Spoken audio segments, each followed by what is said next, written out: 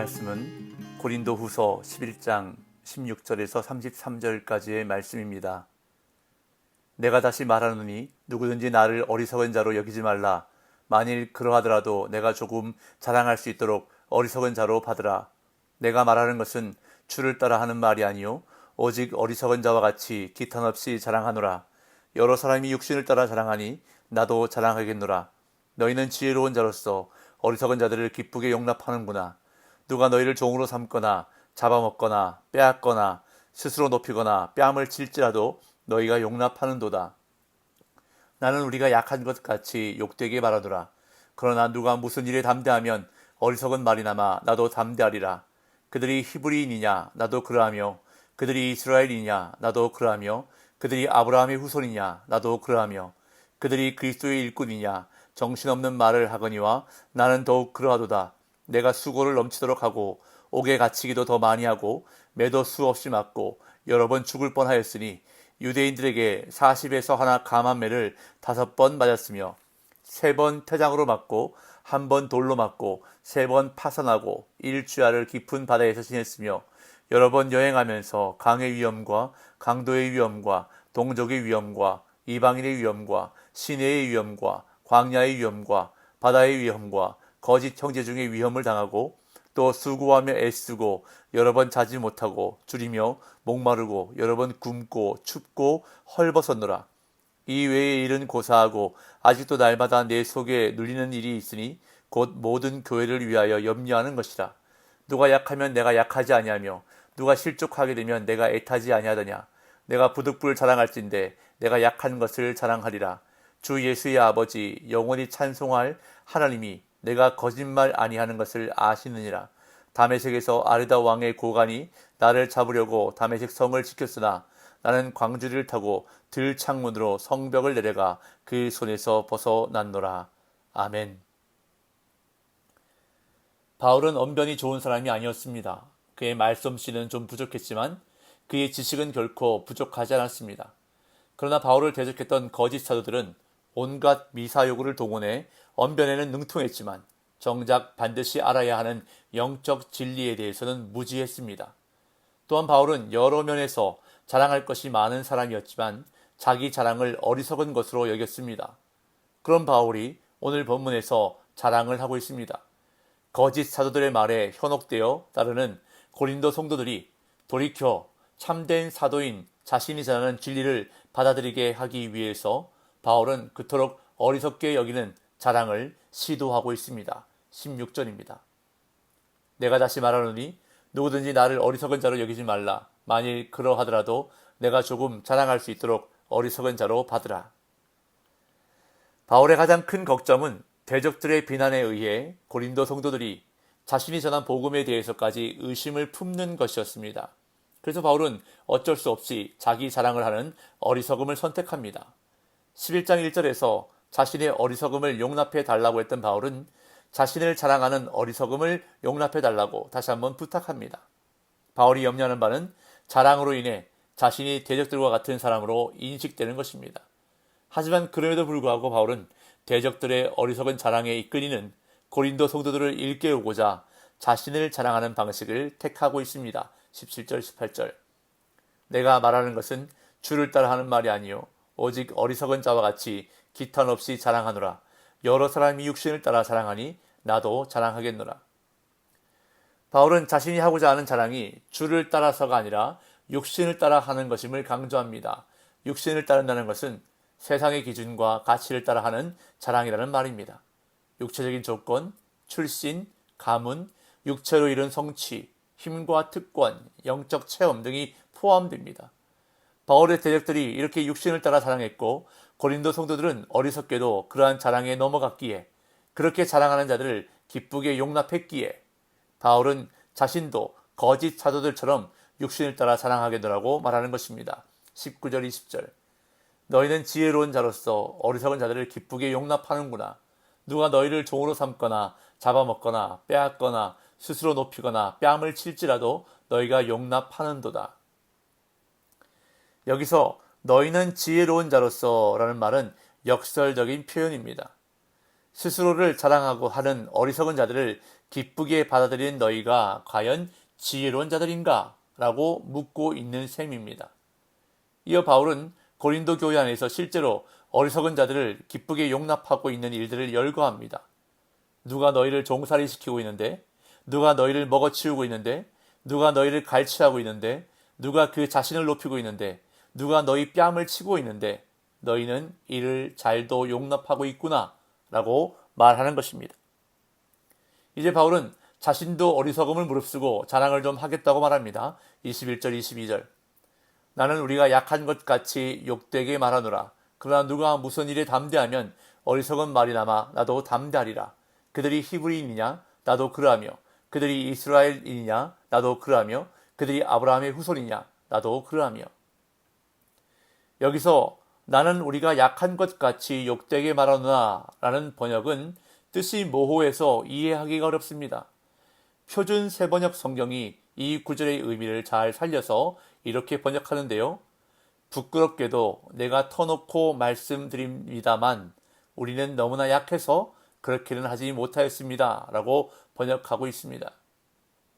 지금 바울은 역설법을 사용해서 말하고 있는데요. 사실 바울이 부끄러울 것은 아무것도 없습니다.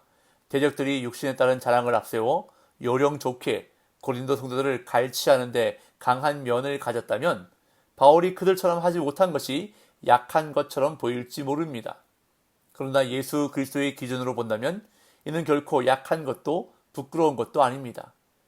자신들이 당하고 있는 일이 무엇인지 분간조차 못하는 고린도 성도들에 대한 안타까운 마음을 바울은 이와 같이 표현한 것입니다. 22절에서 바울은 대적들에 비해 조금 더 뒤지지 않는 자신의 유대적 배경을 언급합니다. 여기서 바울이 언급하는 히브리인, 이스라엘인, 아브라함의 후손은 사실상 다 동일한 것을 가리키는 표현입니다. 이는 헬라파 유대인과 구분되는 정통 유대인이라는 의미입니다. 바울의 대적들이 고린도의 이방인 성도들에게 권위적인 태도로 접근할 수 있었던 것은 자신들이 그리스도의 사도일 뿐 아니라 이스라엘과 아브라함의 후손이라는 선민 의식 때문이었을 것입니다. 그렇기에 바울은 자신 역시 대적들에게 이런 조건들이 뒤지지 않는다고 자랑하는 것입니다. 또한 바울은 사역의 측면에서도 자신이 결코 뒤떨어지지 않는다고 밝힙니다. 23절에서 27절 그들이 그리스도의 일꾼이냐 정신없는 말을 하거니와 나는 더욱 그러하도다.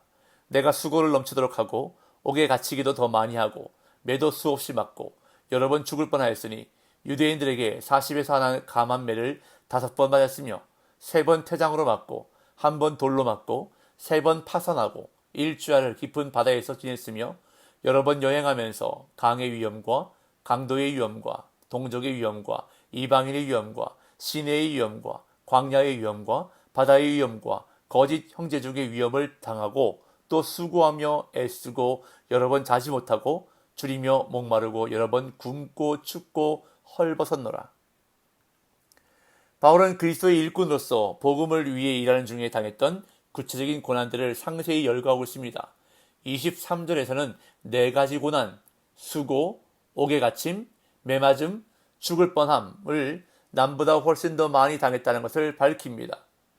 이어 24절, 25절에서는 죽을 뻔했던 경험들을 밝히는데 5번의 유대식 매, 40대에서 1대를 감한 매, 3번의 로마식 퇴장, 1번의 돌로 맞음, 3번의 파선, 1번의 표류 경험을 밝힙니다. 그리고 26절에서는 선교 여행 중에 겪은 위험을, 27절에서는 궁핍 때문에 겪은 수고와 시련을 밝히고 있습니다. 참고로 40에서 하나 감한 매에 대해서 부가 설명을 하자면 신명기에 따르면 율법은 매질의 한계를 최대 40대로 규정하고 있습니다. 이유는 40이라는 숫자가 지닌 고난과 시련이라는 상징성 때문인데, 즉 40이라는 숫자는 인간이 감당할 수 있는 고난의 한계를 의미한다는 것입니다. 그런데 실제로 매질을 할 때는 40이라는 한도를 넘지 않기 위해 거기서 하나를 감한 39대만을 때렸습니다. 만약 실수로 40대 이상을 때려 죽거나 큰 상해를 입히면 법을 집행했던 자가 그 허물을 담당해야 했습니다. 이런 실수를 방지하기 위해 40에 하나를 감한 39대까지만 매질을 했습니다. 이로 볼 때 39대를 맞았다는 것은 매질, 곧 태형에서 법정 최고형을 받았음을 의미합니다.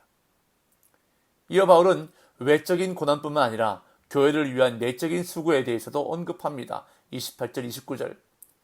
이 외의 일은 고사하고 아직도 날마다 내 속에 눌리는 일이 있으니 곧 모든 교회를 위하여 염려하는 것이라. 누가 약하면 내가 약하지 아니하며 누가 실족하게 되면 내가 애타지 아니하더냐. 바울은 앞에서 열거한 외적인 고난들만이 아닌 내면의 고난도 있었습니다. 매일 자신을 짓누르는 것이 있었는데 그것은 모든 교회를 위한 염려였습니다. 모든 교회라고 했지만 바울은 특별히 고린도 교회를 염두에 두고 있었을 것입니다. 바울이 사역과 삶 가운데 경험했던 모든 외적 고난은 현재 바울의 내면을 짓누르고 있는 고린도 교회에 대한 염려에 비하면 아무것도 아니라는 말입니다.